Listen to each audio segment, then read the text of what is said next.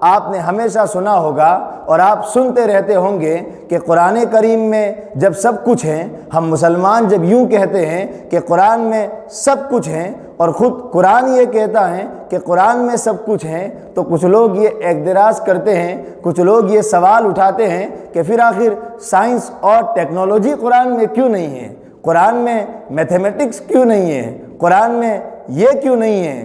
ان سب سوالوں کا جواب یہاں سے آپ کے سمجھ میں آ جائے گا۔ تو ہم لوگ ڈسکس کریں گے قرآن کریم کا وشے کیا ہے، کس بات پر ہے قرآن، قرآن کس وشے پر ہے، قرآن کا سبجیکٹ کیا ہے۔ تو قرآن کا سبجیکٹ یہ یاد رکھیے، بہت ہی اہم بات ہے، قرآن کا سبجیکٹ ہم انسانوں کو گائیڈ لائن، ہم انسانوں کی گائیڈنس ہے، ہم انسانوں کی رہبری ہے، ہم انسانوں کی ہدایت ہے۔ قرآن کی زبان میں قرآن کا وشے انسانوں کی ہدایت ہے۔ ہدایت کا مطلب ہم انسان اس دنیا میں کیسے جئیں گے، ہمارے مالک کی عبادت کیسے کریں گے، مرنے کے بعد کیا حالات پیش آئیں گے، دکھ آئیں گے تو کیا کریں گے، سکھ آئیں گے تو کیا کریں گے۔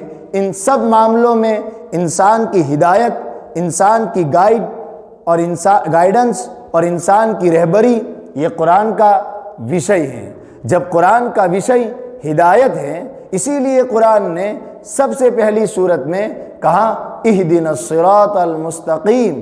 ہم انسانوں نے ہمارے مالک سے یہ پرارتھنا کی، ہم انسانوں نے ہمارے مالک سے یہ دعا کی کہ اے مالک، آپ نے ہم کو پیدا تو کیا ہے، لیکن اہدنا، ہم کو بتا دیجئے کہ ہمیں کیسے اس دنیا میں رہنا ہے۔ تو اس مالک نے ہماری دعا سنی اور اس مالک ہی نے ہمیں وہ دعا مانگنا سکھایا تھا، اور اس دعا کے جواب میں اس مالک نے قرآن کریم جیسی کتاب ہمیں دی کہ اس کتاب کو سامنے رکھ کر اپنی زندگی کو گزارو، دنیا میں بھی سکسیسفل ہو جاؤں گے اور آفٹر ڈیتھ، مرنے کے بعد بھی سکسیسفل ہو جاؤں گے۔ تو قرآن کا وشے ہدایت ہے۔ اب جب قرآن ہدایت کے لیے آیا ہے، ہم انسانوں کو گائیڈ کرنے کے لیے آیا ہے، اب اگر کوئی آدمی قرآن میں سائنس تلاش کرے، قرآن میں کوئی دوسرا سبجیکٹ تلاش کریں، تو یہ قرآن کا قصور نہیں ہے، اس آدمی کی بے وقوفی ہے۔ جیسے ڈاکٹری سے اگر کوئی کتاب ہے، کوئی بک ہے جو میڈیکل لائن کے بارے میں لکھی گئی ہے، تو چونکہ اس بک کا وشے میڈیکل لائن ہے، تو کوئی یہ نہیں کہتا کہ اس کتاب میں میتھمیٹکس کیوں نہیں ہے۔ اگر کوئی کتاب، کوئی بک میتھمیٹکس کے بارے میں ہے، تو کوئی یہ نہیں کہتا کہ اس میں سائنس کیوں نہیں ہے۔ سائنس بالکل الگ وشے ہے، میتھمیٹکس بالکل الگ وشے ہے، جیوگرافی بالکل الگ وشے ہے۔ اسی طریقے سے قرآن کا جو وشے ہے وہ ہے ہم انسانوں کی ہدایت۔ تو ہم انسانوں کی ہدایت یہ الگ وشے ہے اور سائنس یہ الگ وشے ہے۔ اس لیے قرآن میں سائنس کو تلاش کرنا، ہاں قرآن میں سب کچھ ہے، اس کا مطلب یہ ہے کہ ہم انسان کیسے جئیں گے، اس سے ریلیٹڈ ہر سوال کا جواب قرآن میں ہے۔ اس لیے کہ یہ جو سائنٹیفک ترقی ہے، یہ تو اس مالک نے ہمیں عقل دے دی، اب انسان اس عقل کو یوز کر کے، اس عقل کو استعمال کر کے سب کچھ تلاش کر رہا ہے، ایروپلین تلاش کر رہا ہے، چاند پر جا رہا ہے، یہ سب کچھ وہ انسان کر رہا ہے۔ اس کے لیے اس وحی کی ضرورت نہیں ہے۔ ہاں ہم نے پچھلی کلاس میں ڈسکس کیا تھا کہ جن سوالوں کا جواب عقل نہیں دے سکتی، عقل تھک جاتی ہے، ان سوالوں کا جواب قرآن دیتا ہے۔ جیسے اس دنیا کی شروعات کہاں سے ہوئی، اس کے بارے میں عقل نہیں کہہ سکتی، اس کے بارے میں قرآن کہے گا۔ اس کائنات کا، اس یونیورس کا دا اینڈ کیا ہونے والا ہے، اس کے بارے میں عقل کچھ نہیں کہے گی، اس کے بارے میں قرآن کہے گا۔ ہم انسانوں کو کیوں پیدا کیا گیا ہے، اس کا جواب سائنس نہیں دے گی، اس کا جواب قرآن دے گا۔ اس لیے کہ جب ہم کو پتہ ہوگا کہ ہمیں کیوں پیدا کیا ہے، تو ہی تو ہم صحیح طریقے سے اس دنیا میں جی سکیں گے۔ تو یہ قرآن کا وشے۔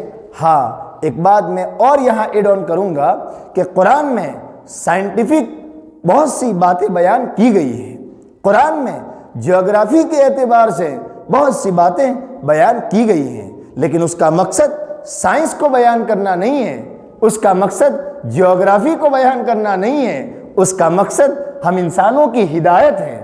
کیوں؟ اس لیے کہ سائنس کو دیکھ کر بھی تو ہمیں ہدایت مل سکتی ہے، ہم جغرافی کو پڑھ کر بھی تو اس مالک کی پہچان کر سکتے ہیں۔ تو قرآن میں ایمبرولوجی بھی ہے، قرآن میں ایسٹرونومی بھی ہے، یہ قرآن میں جیولوجی بھی ہے، یہ جو باتیں ہیں یہ قرآن میں ہیں، لیکن قرآن کا وشے سائنس نہیں ہے۔